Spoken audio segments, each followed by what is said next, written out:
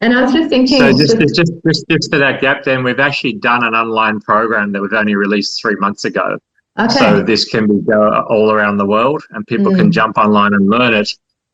Everything we do in our 2 day event. So we end up doing the 2 day event because in Australia, people would take 10 days off. But in 2 days, we can show everything they need to know to build their own structure. And now nice. it's online, so they can just get it online and do it. And obviously, the good thing in your location is labour is going to be a lot less. Mm, You don't need timber, you don't need steel. So as long as you can get some cement somewhere and some dishwashing liquid and some water, you've got the Nile River there, so shouldn't be too much of an issue. You've got yeah. all the ingredients. It could be a real option over there. Yeah, very nice.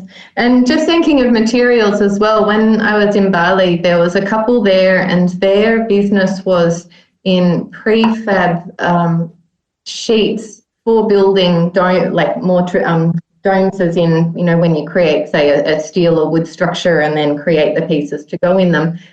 So they were selling, prefab pieces like that, and it was made, I think it was magnesium oxide that was the basis of that.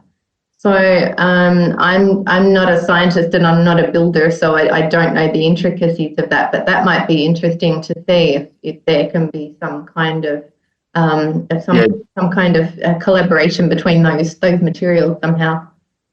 Yeah, we're aware of that, and Dome Go are already playing with that, and we've got some magnesium offside there, so it can be put into the mix. But it's still this. What's great about it? There's so many ideas, and you can play with it together and share them, and it's very very creative.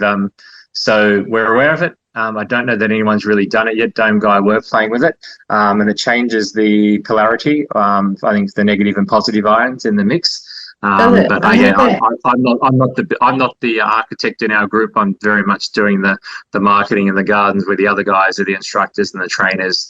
We've got a whole team that does that.